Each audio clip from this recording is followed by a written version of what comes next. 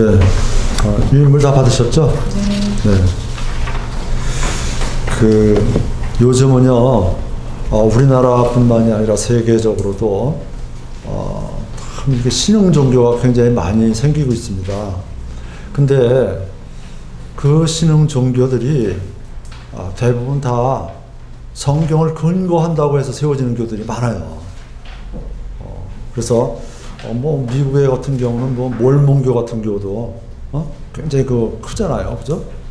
그런 교도 생기고. 근데 성경과 전혀 관련이 없이 하는 것이 아니에요. 몰몬경이 있긴 하지만 또 그들이 주장하는 분은 성경도 굉장히 주장한다고요. 그래서 어떤 것이 옳은 교고 어떤 것이 정말 잘못된 것인지 또는 이단인 것인지 구별하기가 굉장히 힘든 시대에 우리가 신앙생활을 하고 있습니다. 그래서 이런 문제에 혼동하고 있는 사람은 이렇게 판단합니다. 저들 교대로 그래도 나름대로 진리가 있는 거야. 그렇죠? 나름대로 진리가 있으니까 믿겠지? 이렇게 한단 말이죠. 심지어 우리 이 기독교를 믿고 성경 말씀을 믿고 오랫동안 신앙 생활을 했던 우리들도 그렇게 생각을 합니다. 어느 건 뭐 생겼다고 하면 그래도 거기도 진리가 있고 또 그 교인들이 대부분 말이죠. 그 교회에 따라가는 교인들이 되게 누구냐면 생판 안 믿는 사람이 가는 건 겨우에 없어요. 다 그런데 빠져드는 사람들이 다 이와 기존 교회 성경을 믿고 신앙생활하던 사람들 대부분 거기 따라가서 믿는 사람들이 많다는 거죠. 뭐 신천지가 그렇고. 그래서 우리가 이 신앙생활을 정말 이게 하기가 참 힘든 시대인데 우리가 성경적인 교리를 바로 알아야 되겠고 성경을 보는 눈을 제대로 확실하게 열지 않으면은 우리도 언제 당할지 몰라요. 여러분 신천지에 가보면요. 신천지 사람들 성경 공부를 엄청나게 합니다. 교육도 엄청나게 하고요. 그리고 뭐 얘기를 들어보면 거기 갔다 온 사람 얘기 들으면 처음에 여기가 신천지라는 얘기를 하는데요. 뭐 과학적인 거 다 동원해가지고 성경이 사실이라는 걸 막 얘기해주고 또 우리가 보통 성경학자들도 그러고 목사님들도 그러고 이 성경 말씀을 전할 때 보면 성경 말씀이 잘 난해한 부분이 있잖아요. 잘 이거 명쾌하게 해석하지 못하는 부분이 있단 말이죠. 분명히 성경이 알려주지 않았으니까 그걸 임의대로 해석할 수 없으니까 못하는 경우가 있단 말이죠. 근데 그 사람들은 그걸 어떻게든 꽤 맞춰서 사람들을 다 이게 미혹하기 위해서 꽤 맞춰가지고 과학을 동원하고 뭘 동원해가지고 아주 그럴듯하게 얘기해요. 그러니까 자기가 평소에 이게 고민하던 사람들 있잖아요. 이게 왜 그럴까? 성경 말씀이 이게 왜 그럴까? 이렇게 고민했던 사람들 정확한 답을 못 못하는 사람들이 거기 가서 얘기하니까 다 답을 해준단 말이죠. 그러니까 이 신앙심이 깊지 못하고 성경을 종합적으로 제대로 알지 못하는 사람들은 거기에 미혹돼서 넘어갈 수밖에 없는 이런 시대에 살고 있습니다. 그래서 우리가 성경을 보는 눈을 정확하게 갖지 않으면 참으로 신앙생활이 어렵기 때문에 우리가 이 성경이란 어떤 책인가 그 성경을 보는 관점이 어떻게 되는가 이걸 우리가 좀 집중적으로 알아봐야 되겠습니다. 어쨌든 간에 이런 거예요. 그런 이제 성경 어떤 사람들이 주장할 때 그 주장하는 그런 내용들이 성경 전체가 저들이 가리킨 모든 것을 다 지지하고 있는가 아닌가 그걸 판단해야 돼요. 일부는 지지하고 있는데 그들이 다 그런 걸 주장하지 않아요. 일부는 옳은 걸 주장한다면 우리가 똑같이 그러다가 또 다른 부분은 자기들에 맞춰서 바꾸는 거죠. 그걸 또 주장한단 말이죠. 그러니까 그들이 주장하는 모든 내용들이 전부 다 성경이 그들을 지지하고 있는가 성경적으로 그게 맞는 거 이걸 판단해 봐야 돼요. 그것이 판단 기준이에요. 성경이 판단 기준이에요. 그러니까 어떤 성경의 일부분 또 한 구절을 꺼내가지고 그걸 가지고 중심으로 해서 자기들이 꽤 맞추는 그런 종교가 이건 진짜 사이비 종교죠. 제가 이제 그 전에 그 신천지에 대해서 좀 연구를 많이 했어요. 책들도 많이 보고 거기서 나온 책도 보고 그래서 연구를 해봤더니 이 신천지에 있는 성경에 있는 요한계시록 있잖아요. 이 요한계시록에 나오는 그 내용들을 자기 교회가 태동하는 그거로 보더라고요. 그러니까 거기 뭐 7교회, 7별 이런 거 나오죠? 일곱 천사 뭐 이런 거 나오는데 그게 다 자기들 이름들이에요. 거기 다 들어가서. 그래서 그 사람들이 이렇게 성경대로 교회가 세워지고 이렇게 역사가 돼간다 하는 걸 그냥 꽤 맞춘 거예요, 보니까. 근데 누가 처음 든 사람 들어보면 그렇구나. 야, 저거 정말 그럴까 넘어가게 생겼더라고요. 근데 자세히 보니까 그거예요. 그러면 한번 생각해 보십시오. 우리가 정상적인 이성을 가지고 생각해 보면 2000년 전에 예수님이 돌아가셨어요. 그죠? 성경이 벌써 4천 몇백 년 전에 지금 이게 기록해 온 거잖아요. 그러면 이제 와서 신천지가 정말 하나님의 교회고 똑바로 된 교회라고 한다면 그럼 이전까지 그 몇천 년 동안 하나님께서 인간을 그냥 내버려 두셨냐고요. 그러면 판단해 보면 금방 알잖아요. 이게 꽤 맞췄구나. 그럼 자기가 일곱 교회, 일곱 별, 이렇게 얘기하고 그리고 그 교회를 보면 또 뭐예요? 그래서 처음에 그 교회를 세운 사람은 지금 있는 이만희가 아니거든요. 그걸 다른 사람이 세우다가 또 망해하고 그래서 또 이어받고 그랬어요.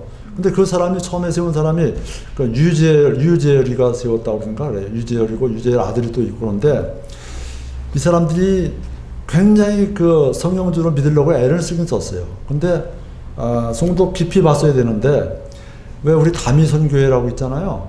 그 언제 몇 년 며칠에 예수님이 재림하신다. 그것처럼 이 사람들도 그런 걸 주장했어요. 몇 년 몇 월 며칠에 몇 년 몇 월 달에 예수님이 이 땅에 오신다. 그걸 처음에 예언을 했다고요. 그냥 자기들도 믿었거든요. 그거를. 성경에서 보니까 그게 맞는다 그래가지고 믿어가지고 굉장히 여러 사람들이 그날을 오길 기다리고 열심히 믿었어요. 그래서 사람들이 막 구름대같이 모여들기도 하고 그랬어요. 과천에서 시작됐습니다. 근데 그날이 됐는데 아무렇지도 않아요. 안 왔잖아요. 그러니까 또 성경을 보는 거예요. 또 성경을 보고 또 찾아냈어요. 뭘 찾아냈냐? 이제 예수님이 오시기는 연수로 따져보니까 오시는 게 맞는데 정리가 덜 됐다. 청소가 덜 되고 예수님 오시기가 아직까지 오시기가 준비 기간이 필요하다. 그래가지고 또 몇 년 며칠에 온다고 또 기도를 하니까 그렇게 됐다고 해서 또 몇 년 며칠 기다렸어요. 그래가지고 그 다음에 딱 왔는데 또 안 왔잖아요.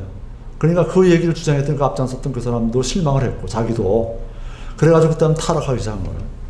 그래가지고 세상에 나가서 술도 마시고 나쁜 짓도 하기 시작하고 그래가지고 신천지가 그냥 흐물흐물해지는데 지금 있는 이만희는 전도관 출신 그전에 보니까 전도관에도 다녔고 그랬더라고요. 거기서 그 출신이 거기 어떻게 접목이 돼가지고 그래서 다시 그 사람들을 모아가지고 세운 거예요.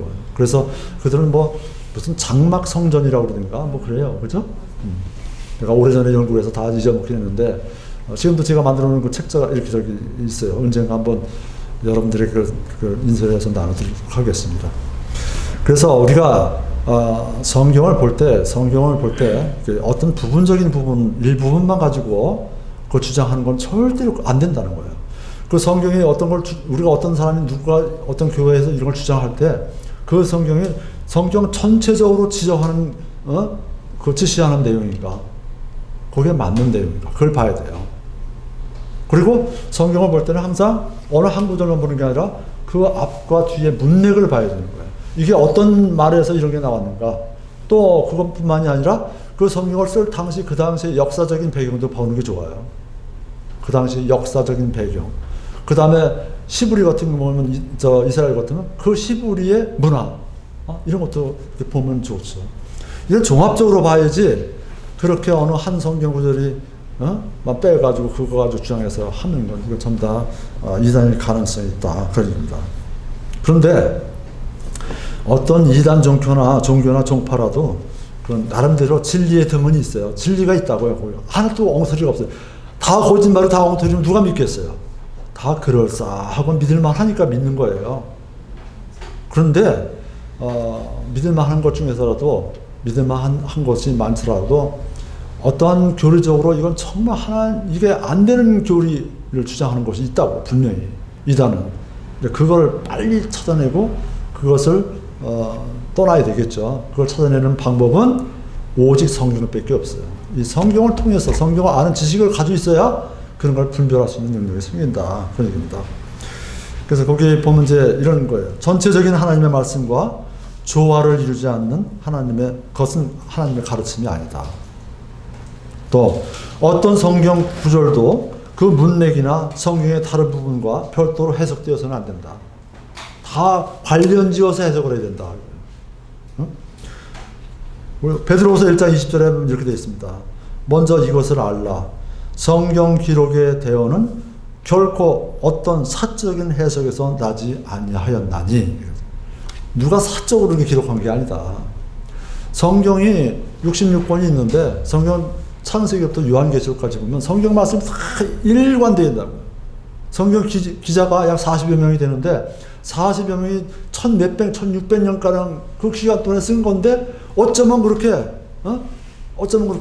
하나님의 그 진리의 말씀이 이렇게 일목요연하게 관련을 지어서 지어졌는지 참 우리가 이게 신비로운 거죠. 하나님이 역사하지 않았으면 그런 게 있을 수가 없는 거죠. 그래서 이렇게 항상 성경을 볼 때는 어떤 말씀을 해석하고 그걸 들을 때는 그 말씀이 항상 그 전체적으로 조화를 이루어야 된다. 성경과 그리고 문맥을 봐야 되고 다른 부분과 달리 해석해서는 안 된다. 그런 얘기입니다. 그래서 먼저 이것을 알라. 성경 기록의 대언은 결코 어떤 사적인 해석에서 나지 아니하였나니. 이 구절은 말이죠. 개인이 하나님의 말씀을 해석할 수 없다. 그런 뜻은 아니에요. 개인이 하나님의 말씀을 해석해야 되죠. 우리가 말씀을 듣고 이게 어떤 뜻인가를 해석해야 되잖아요. 근데 이렇게 사적인 해석에서 나지 아니하였나니 그랬으니까 나 사적으로 해석하지 말아야 되고 나는 이제 목사님이 하는 말씀만 들어야 되고 누가 하는 말씀만 들어야 되고 이제 이렇게 한다. 그건 안 되는 거예요. 또 그건 아니고요. 성경의 어떤 부분도 그 문맥을 무시한 채 앞문장과 뒷문장 문맥 있잖아요. 그 문맥을 무시한 채 개인의 생각대로 해석되어서는 안 된다. 그 얘기예요. 이 말씀은. 그러니까 항상 성경을 해석할 때는 읽을 때는 성경의 앞의 문맥과 뒤의 문맥과 이게 어떤 문맥에서 나온 말인가 그걸 종합적으로 이해를 해야 된다. 그런 뜻입니다. 어떤 주제에 대해서 잘 모르거나 이해가 안 되는 부분이 있잖아요. 우리가. 그럴 때는 항상 그 주제와 비슷한 성경 구절을 찾아봐야 돼요. 요즘은 성경이 관주 성경이라고 해서 이게 성경에 관련된 장절이 이렇게 표시가 많이 되어 있잖아요. 그것도 찾아보면 돼요. 거기 이렇게 보면 그걸 또 찾아보면 이게 그 말씀이로구나 하는 걸 알 수가 있어요.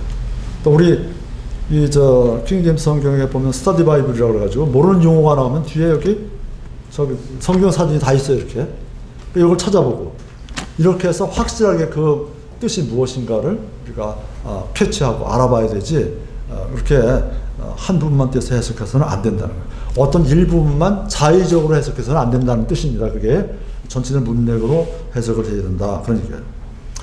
하나님께서는 우리 과거의 오랜 기간에 걸쳐서 꿈이나 또는 환상이나 그리고 천사들이나 대언자들을 통해서 때론 직접 자기 음성을 통해서 하나님의 음성을 통해서 인류에게 말씀하셨으며 다양한 형태로 자신의 생각을 나타내 보이셨습니다. 히브리서 1장 1절부터 2절까지 제가 적어드렸죠. 한번 보겠습니다. 한번 같이 읽어보겠습니다. 지나간 때에는 여러 시대의 다양한 방식으로 대언자들을 통하여 조상들에게 말씀하신 하나님께서 이 마지막 날들에는 자신의 아들을 통하여 우리에게 말씀하셨으며 그분을 모든 것의 상속자로 정하시고 또 그분으로 말미암아 세상들을 만드셨느니라. 습니다. 여기에 우리가 말로써 우리의 생각을 표현하는 것 같이 말로써 우리가 우리 생각을 표현하잖아요. 우리가 우리의 생각을 말로써 표현한 것처럼 하나님께서도 하나님 자신의 생각을 말로써 표현한 거예요. 그게 성경이라는 뜻이죠. 그게 성경이다. 그런 얘기예요. 그래서 하나님께서 여러 가지 방법을 통해서 하나님의 생각을 우리에게 전해주십니다. 가장 손쉬운 건 우리가 언제든지 대할 수 있는 건 뭐냐면 자연이에요. 자연 속에서 우리가 하나님을 발견할 수 있다. 자연이라는 음성과 여러분 여러분들 요즘 들은 국화꽃이 이제 한창 필 때고, 그래도 아직도 꽃이 많이 있죠? 코스모스 같은 걸 이렇게 가만히 한번 들여다보세요. 그 꽃가루 묻은 거 하고, 그 술 나온 거 하고, 이파리 하고, 다 이렇게 보면요. 정말 신기하더라고요. 여러분, 꽃 중에서 제일 못생긴 꽃이 뭐예요? 호박꽃이요. 호박꽃이 제일 못생긴 것처럼 생겼잖아요. 근데 호박꽃 하나를 가만히 있고 속을 한번 잘 들어보세요. 얼마나 정교하고 신비한지. 이게 요즘 사람들은 진화론자들을 주장하는 사람들이 많잖아요. 학교에서도 진화론을 가르치고, 그래서 많은 사람들 생각 속에 다 진화가 됐다고 생각을 하잖아요. 그러면 이 꽃 하나를 보고서 우리가 이 꽃이 얼마나 이렇게 섬세하게 이렇게 됐는데 이게 진화가 돼서 이렇게 꽃이 만들어졌다. 이 모든 게 다 진화가 됐다고 하니까 그렇게 된 거 아닙니까? 그건 도저히 불가능한 얘기예요. 그렇잖아요? 제가 이제 언젠가 어느 학자가 쓴 성경은 사실이라는 책 가운데서 사실을 증명하기 위해서 진화론이 허구라는 걸 증명하기 위해서 예를 드는 거 하나 봤어요. 근데 뭐라고 하냐면 이런 큐브라는 거 알죠? 이렇게 돌려서 정육면체가 있는데 색깔별로 다르게 해서 그걸 막 엉켜놓고 그걸 돌려서 맞히는 거예요. 빠른 시간에. 그 큐브를 막 엉터리를 막 해놓고 엉터리를 막 해놓고 눈을 감고 그거를 맞춰서 본래 상태대로 딱 맞추는데 얼마 정도 걸리겠어요? 여러분 한번 생각해 보세요. 몇 년 걸리겠어요? 그거 하나 맞추는데도요, 확률적으로 따져보니까, 보통, 시간의 개념을 잊어먹었는데, 지구가 몇십 번 만들어지고도 남을 그런 시간이 지나가야 그거 맞춘다는 거예요. 그거 하나 맞추는데도, 여러분, 지금은 기차가 전철이 다니고, 오늘 전 고속철도를 타고 왔지만, 고속철이 다니고, 비행기가 날아다니고, 우주로 로켓가 올라가고 이런 시대입니다. 그거 하나 만드는데 거기에 필요한 그 기계가 얼마나 많아요. 네?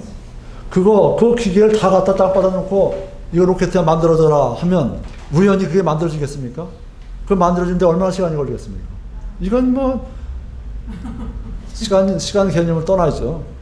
그래서 진화론 이게 잘못됐다는 거예요. 진화론 이게. 그래서 우리가 이제 그런 걸 통해서 우리는 이제 자연을 통해서 하나님의 음성을 들을 수 있다는 거예요. 자연을 봐도 하나님을 알 수 있다. 두 번째는 말씀이 육신이 돼서 오신 분, 예수님의 말씀을 통해서 우리가 알 수 있죠. 예수님이 이 땅에 오셨다는 걸 역사적으로 증명된 사실 아닙니까? 그렇죠? 세상에 아무도 부정할 수 없는 게 예수님 아니에요. 예수님이 오셨는 건 부정할 수 없잖아요. 기독교인이 아니더라도. 왜 그러냐면 지금 우리가 쓰고 있는 서기 몇 년 하는 거 이게 뭘 기준으로 한 거예요? 예수님의 탄생을 기준으로 하는. 물론 그게 정확한 날짜는 정확한 연도는 아니지만 거의 그걸 기준으로 해서 기원 전과 기원 후로 나누잖아요. 예수님의 탄생의 기점. 예수님이 이 땅에 오셨는데 그 예수님이 기적을 통해서 자기가 하나님의 아들인 것을 우리가 하나님의 아들인 걸 다 보여주셨잖아요. 죽어 있는 사람도 고치고 바다도 걸어 다니시고 얼마나 많은 기적을 행하셨습니다. 그래서 예수님을 통해서 그리고 대언자들의 말씀을 통해서 대부분 다 대언자죠. 그 다음에 이 성경 기록 전부 다 대언자들을 통해서 기록됐잖아요. 대언자들을 통해서 이렇게 기록하신 성경을 통해서 우리에게 오늘날 하나님께서 말씀을 하고 계십니다. 그래서 첫 번째는 인간에게 말씀하시는 하나님, 인간에게 말씀하시는 하나님이라는 걸 가지고 한번 알아보도록 하겠습니다. 아까 제가 잠깐 소개해드렸지만 첫 번째는 인간에게 하나님이 어떻게 말씀하시냐, 자연을 통해서 말씀하신다는 거예요. 자연을 통해서. 우리는 자연을 통해서 하나님의 능력이 나타나는 것을 볼 수 있습니다. 우리는 우리들이 살기에 적합한 환경을 제공하시는 모습에서 하나님의 사랑을 발견할 수 있어요. 여러분, 이 지구가 태양계 중에서 수많은 별들이 있고 은하수 밤하늘에 하늘에 떠 있는 그 별들의 수를 보면 우리가 셀 수도 없이 많잖아요. 그죠? 그 많은 별들에서 지금까지 발견된 거는 사람들이 아무리 노력하고 열심히 해도 찾아봐도 생명체는 어디만 있는 거예요? 지구에만 있는 거예요. 아직까지 모르겠어요. 다른 데는 뭐 어떻게 하는지 모르겠어요. 그럼 지구가 지금 태양의 둘레를 돌고 있죠. 어떻게 보면 또 태양이 지구를 두 개를 돌고 있는 것처럼 느껴요. 지구를 중심으로 하면 태양이 지구를 도는 거고, 그죠? 우리가 보통 지동설, 코페르니쿠스가 발견한 지동설에 의하면 지구가 태양의 둘레를 1년에 한 번씩 돌잖아요. 그렇게 지동설이냐 천동설이냐 그것은 우리 성경은 천동설을 주장해요. 근데 지구를 중심으로 한다 본다면 세계가 정말 우주가 돌고 있는 거예요. 상황. 그게 맞는 말이에요, 그것도. 근데 이 지구가 도는 거, 그리고 지구에서부터 태양 사이의 그 거리, 이게 조금이라도 이탈되면 우리는 사람들이 살 수 없는 환경이 되는 거예요. 그게 조금만 더 가까이 가면 너무 뜨거워서, 지금 우리 열대지방에 가면 덥잖아요. 그 조금만 더 가까이 가면 열대지방 정도가 아니라 그냥 타 죽는 정도로 뜨겁단 말이죠. 그게 못 사는 거고. 반대로 조금만 더 멀어지면 어떻게 돼요? 추워서 못 사는 거예요. 다 얼어 죽는 거예요. 그럼 그 일정한 거리를 지금 계속 쉴 새 없이 정확하게 돌고 있잖아요. 이게 거저되는 겁니까? 거저 아니잖아요, 이거 절대로. 하나님께서 하나님의 능력으로 정확하게 그걸 제어하고 계신 거예요. 이런 걸 통해서 하나님의 사랑을 발견할 수 있습니다. 그 다음에 아름다운 환경에서 하나님의 영광을 우리가 볼 수 있으며, 생명을 가진 피조물들과 우주에서 하나님의 전지전능하심을 알 수 있습니다.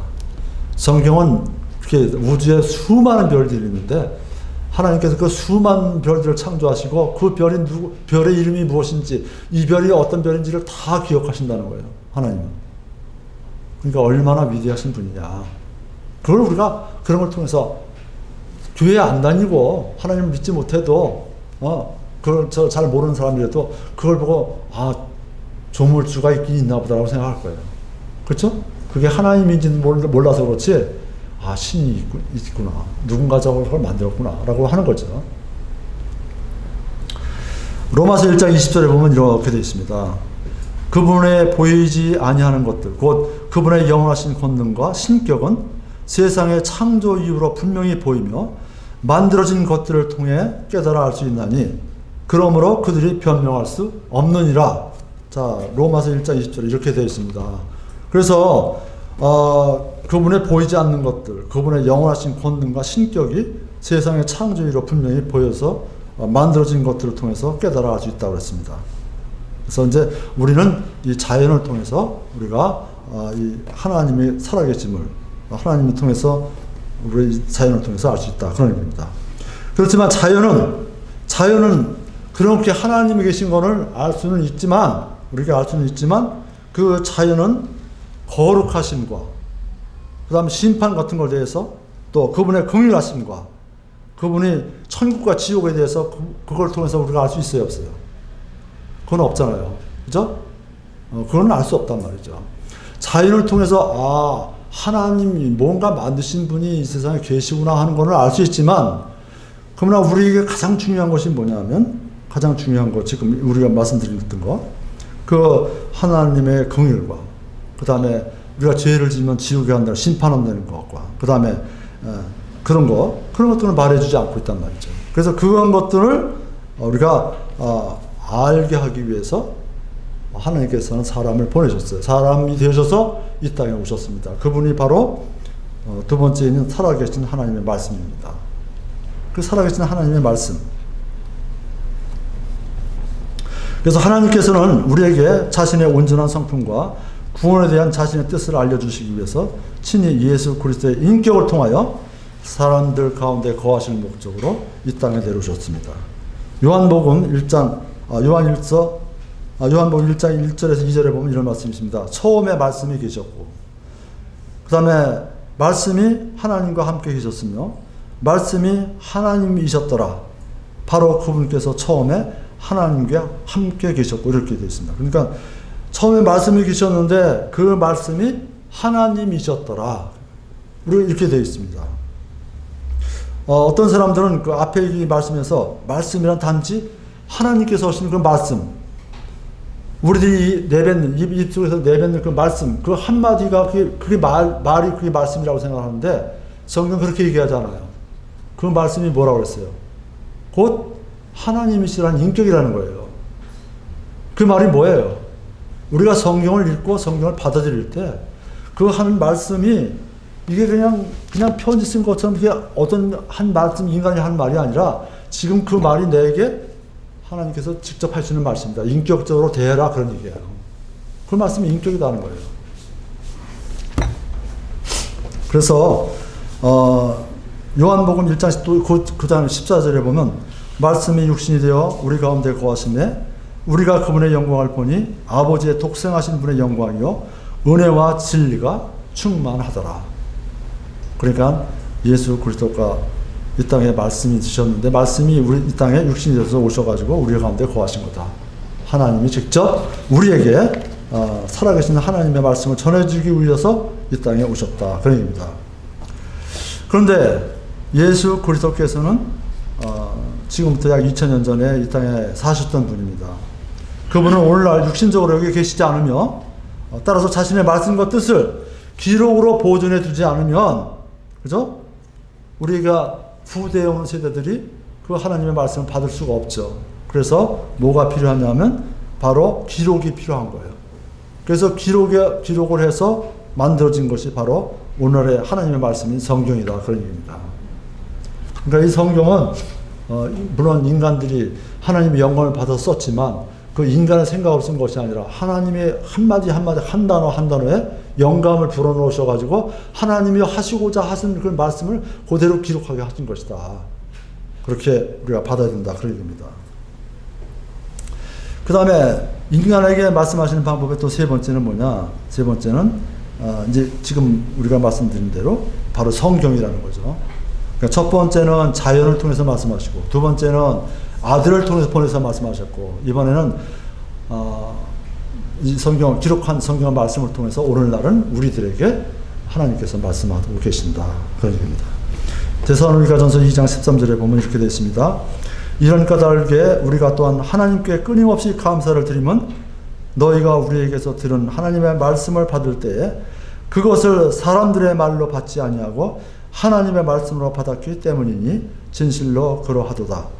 그 말씀이 또한 믿는 너희 안에서 효력있게 일하느니라. 이 뭐라고 중요한 말이 뭐냐면 우리가 전하는 이 말, 그러니까 사도들이 전하는 이 말 있잖아요. 사도들이 여기서는 이제 사도 바울이 전했던 그 말이죠. 그 말을 어떤 말씀으로 받았냐? 하나님의 말씀으로 받았다. 하나님의 말씀으로 받았기 때문에 그게 정말 너희들이 은혜를 받고 그 하나님의 역사를 보는 것이다. 그런 얘기예요.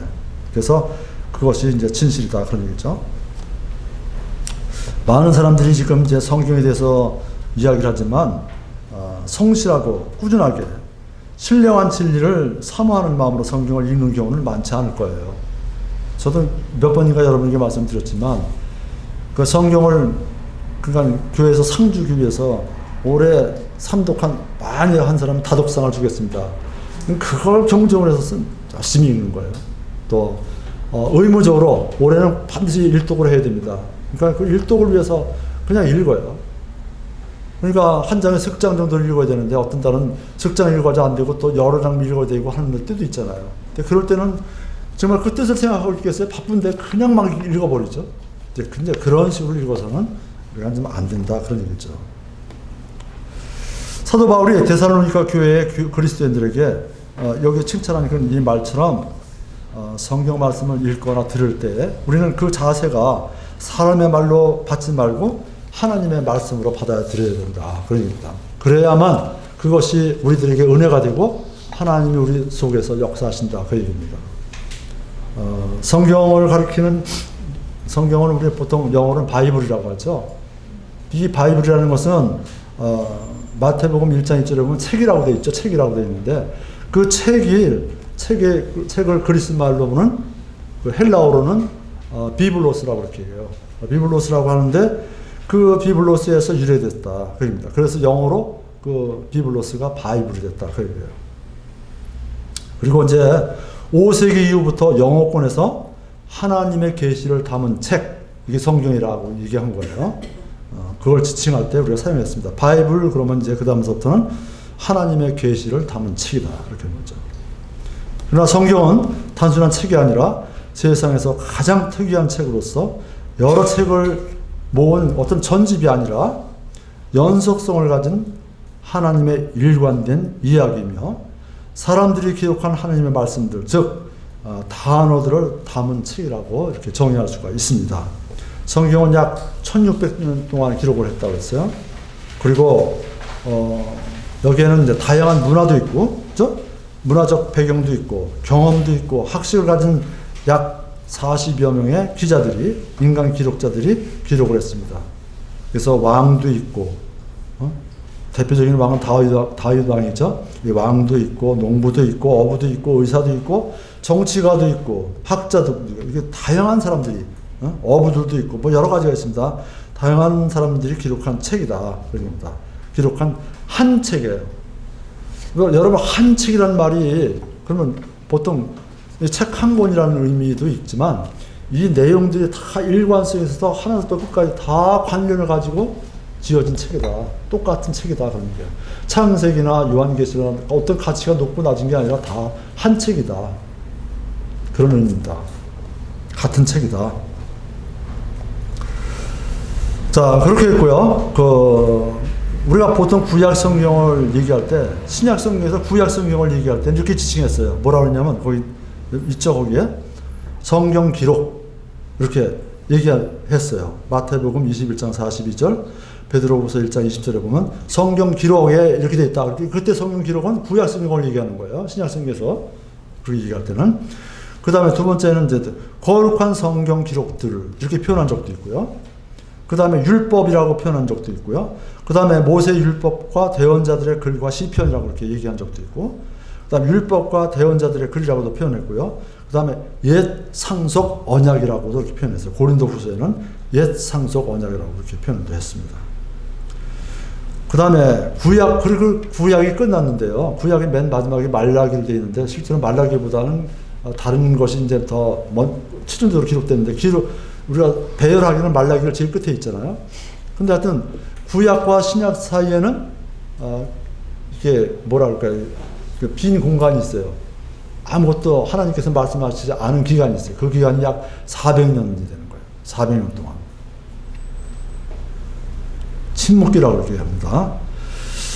자, 그렇게 좀 알아두시면 되겠고요. 그 다음에 성경이 하나님의 말씀임을 보여주는 증거를 이제 대라고 한다면, 우리들은 다 성경이 하나님의 말씀이라고 믿지만, 성경이 하나님의 말씀이라고 하는 증거가, 가장 중요한 증거가 뭐냐, 이렇게 얘기하면, 우리 이렇게 얘기할 수밖에 없습니다. 뭐냐면,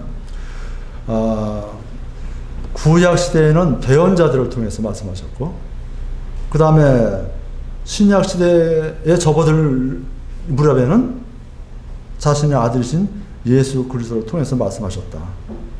그러므로 신구약 성경 기록자들과 하나님의 아들 예수 그리스도는 바로 성경이 하나님의 말씀임을 증거하는 증거다. 그렇죠? 증인이다. 이렇게 얘기할 수밖에 없다. 그런 얘기입니다. 바로 예수님이 이 땅에 오셨고, 내가 하나님의 아들이고 하나님의 말씀을 가지고 너희들을 구원하기 위해서, 인간들을 구원하기 위해서 이 땅에 오셨다 하는 것이 구약 성경에 예언이 되어 있고, 그죠? 그 예언의 말씀대로 예수님이 오셨고, 그 예언의 말씀대로 앞으로 역사가 진행되어 왔고, 앞으로 그걸 진행될 것입니다. 그것이 바로 성경의 하나님의 말씀을 보여주는 증거입니다. 거기 제가 이제 그 성경 구절을 이렇게 여러 가지 적어놨는데, 이런 건 집에 가서 한번 찾아 이렇게 보시면 도움이 될 것 같습니다. 성경은 어떻게 구성이 되어 있냐? 성경은 66권으로 되어 있는데, 구약은 39권으로 되어 있고요. 신약은 27권으로 되어 있습니다. 그래서 보통 곱셈으로 계산해서 39, 27 이렇게 외우면 금방 알 수 있죠. 성경은 전체 장수가 1189장입니다. 그냥 참고로 알아두시고, 다 외울 필요는 없어요. 여기 있다는 걸 참고로 알아두시고, 그 다음에 절은 31,102절이고요. 이렇게 되어 있습니다. 그럼 성경에서 가장 긴 절은, 가장 긴 장은 어떤 거냐? 시편 119편이에요. 119편에는 절수가 116개가 있어요. 116절. 가장 긴 장. 그러면 시편 119 이렇게 외워두세요. 119. 그러면 알 수 있죠. 그 다음에, 그다음에 뭐예요? 가장 긴 절은 그렇고요. 긴 장과 절은 또 가장 짧은 절은 뭐냐면 에스더 8장 9절이에요. 굉장히 길이가 짧다 이거죠. 짧은 절이 돼 있다. 그 다음에 또 가장 짧은 장과 절은 시편 17편 2절이에요.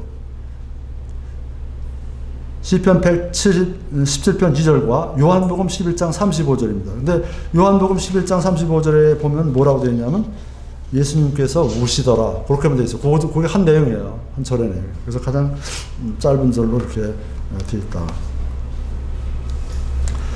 그 다음에 구약은요, 우리가 올드 테스타먼트라고 얘기하는데, 구약 성경은 이렇게 아람어로 일부가 기록되어 있습니다. 아람어. 그래서, 이 아람어로 기록된 데가 어디냐면, 스가랴서 4장 8절에서부터 6장 18절, 그 다음 7장 12절에서 26절까지, 그 다음 예레미야 10장 11절, 그 다음에 다니엘서 2장 4절에서 7절, 그 다음에 28절 등 이런 것들이 구약에는 아람어로 되어 있습니다. 그리고 그 외에는 모두 히브리어로 기록되어 있고 크게 세 부분으로 되어 있는데 크게 이제 네 부분으로 되어 있어요. 여기 지금 그 밑에 나와서 다시 이제 보도록 하겠습니다. 세 부분이 아니라 크게 네 부분으로 되어 있습니다. 그 다음에 이제 그러면 아람어가 어떤 말이냐? 아람어. 그러면 아람어는 뭐냐면 중동 지방, 지금의 시리아 있죠? 시리아 주로 시리아인데 그 시리아에서 쓰인 그 언어예요. 시리아 지방 사람들이 가장 많이 사용했던 언어로, 이 언어는 아랍어, 그 다음에 히브리어와 함께 아프리카, 아시아 어족의 셈어과에 속하는 거예요. 셈어과. 우리도 셈족이죠. 우리 어족은 우랄 알타이 어족이라고 해요. 우랄 알타이 어족. 근데 여기는 지금 셈족의, 그러니까 아프리카, 아시아 어족의 셈어과에 속하는 그런 그 언어가 바로 그 아람어예요. 근데 지금도 시리아 사람들이 아마 많이 사용했던 언어였던 것 같아요. 그래서 예수님이 사셨던 그 갈릴리 지방 있죠. 주로 나사렛, 그 다음에 가버나움, 이런 부분이 다 아람어가 쓰였던 지방이에요. 그래서 예수님이 사용하셨던 아람어가 몇 가지가 있는데, 성경에 쓰여있는 아람어가 몇 가지가 있는데, 그걸 제가 좀 찾아봤습니다. 그랬더니 뭐가 있냐면, 달리다쿰이라는 말이 있습니다. 달리다쿰, 그거는 뭐냐면, 마가복음 5장 41절에 나오는데, 소녀야, 내가 네게 이르노니 일어나라. 그런 얘기입니다. 죽은 소녀가 살아나잖아요, 이렇게. 달리다쿰 하니까 일어나잖아요. 그 달리다쿰 한 말이 바로 아람어다. 그런 얘기고요. 또 뭐가 있냐면, 마가복음 7장 14절에 보면, 에바다라는 거 있어요. 에바다, 눈이 열리라. 그런 얘기죠. 열려라. 그런 얘기죠. 에바다. 그랬더니 눈이 띄었다. 그런 얘기죠. 그 다음에 이제, 예수님께서 십자가상에서 돌아가시기 직전에 뭐라고 했어요? 엘리 라마 사박다니. 그렇죠? 그랬더니 거기 또 성경에 해석도 나와 있죠? 해석은 뭐냐? 나의 하나님 어찌하여 나를 버리셨나이까 한 그런 말이라는 뜻이라고 해석이 되는데, 그거 엘리 라마 사박다니, 요것이 바로 아람어입니다. 또 하나는 바울이 사용했던 언어 가운데 또 아람어가 하나 있어요. 근데 지금 성경에는 그게 안 나와 있어요. 이건 원래 성경에는 그게 있었는데, 그거를 헬라어로 바꿨는데, 그게 뭐냐면, 마라나타라는 거예요. 마라나타. 우리 보통 마라나타라는 말 많이 하잖아요. 기독교 사회에서. 그 마라나타가 뭐냐면, 주께서 임하시느니라. 그런 얘기입니다. 주께서 임하시느니라. 그게 뭐냐면, 고린도전서 16장 22절에 그 부분을, 아람어로 적혀 있는 건데, 그거를 이제 헬라어로 이렇게 표기했다. 그럽니다. 그 다음에 이제 구약은 아까 이게 네 부분으로 되어 있다고 하는데, 첫 번째는 모세오경, 보통 토라라고 얘기하죠. 율법이라고 얘기하는데, 토라. 그건 이제 거기 있는 것처럼 창세기, 출애굽기, 레위기, 민수기, 신명기의 것이고, 역사서는 거기 있는 것처럼 12권으로 되어 있습니다. 여호수아기서부터 에스더기까지 12권으로 되어 있습니다. 그게 역사서고요. 그 다음에 시가서라는 게 있습니다. 시가서는 그런 지혜서라고도 얘기하는데, 욥기, 시편, 잠언, 전도서, 아가서, 이거 5가지 책이 시가서고요. 그 다음에 대원서가 있습니다. 대원서는 대대원서가 있고 소대원서가 있는데 대대원서는 대원의 양이 많은 거예요. 굉장히 큰 책으로 되어 있는 거예요. 그래서 이사야서, 그 다음에 예레미야가 에스겔, 다니엘 이렇게 5가지. 소대원서는 호세아, 요엘, 아모스 등 좀 양이 적은 거죠. 말라기까지 12개로 되어 있습니다. 그래서 전부 다 66권으로 되어 있습니다. 39권으로 되어 있죠. 구약은. 그 다음에 신약이 있는데요. 신약 성경은 전부 다가 거의 대부분이 다 그리스어로 되어 있습니다. 헬라어로 되어 있어요. 헬라어로 적힌 거예요. 그 당시 로마가 세계를 지배했던 시대 아닙니까? 그래서 그 로마어 공통어일 때 헬라어가 그 당시 세계를 지배했기 때문에 이 성경도 전부 다 헬라어로 기록이 되어 있다. 아닙니다. 근데 여기 보면 코인의 그리스어로 기록되어 있다. 이렇게 되어 있죠? 이 코인의 그리스어라는 게 뭐냐면 그 보통 시장에서 보통 사람들이 많이 사용하는 그 언어, 그 코인의 그리스어라고 합니다.